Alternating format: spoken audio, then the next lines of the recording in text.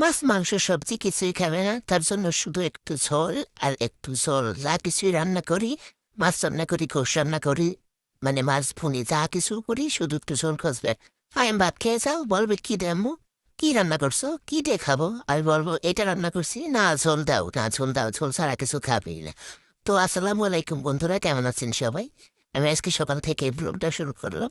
আজ বৃহস্পতিবার, ওরা আপু সকাল 6:30টায় বাসা থেকে বেরিয়ে গেছে, আমিও নামাজ পড়ে রান্নার কাজে লেগে গেছি। ফাহিম এখনো ঘুমাচ্ছে, আমি আজকে রান্না করব শিং মাছ দিয়ে, আলু দিয়ে, পটল দিয়ে এবং বেগুন ভর্তা দিছি, আর অন্য তরকারিও আছে, সেটা গরম করলে হবে। তো ফাহিম দিয়েছি ভাত দিছি, ও কোনো তরকারি খাবে না, বা প্লেটে তরকারি দিয়ে ওর সাথে সাথে বলবো এটা সরাও, এটা সরাও, মাছ নেবে না, কোনো কিচ্ছু নেবে না। কি করে বন্ধুরা, প্লিজ একটু কমেন্টে জানান, আমার ছেলেটা কোনো সবজি খায় না। তো আমি রেডি হয়ে গেছি, খাওয়া দাওয়া শেষে স্কুলে যাওয়ার জন্য। আমিও স্কুলে যাবো, আর ওরও 8:30 থেকে স্কুলে যেতে হবে, ক্লাস শুরু, আর আমার 8:30টায় যেতে হবে, এবং ক্লাস শুরু হচ্ছে আবার 9টা থেকে। তো আমরা সব টাইম রেডি শেষ, এখন আমরা বেরিয়ে যাব।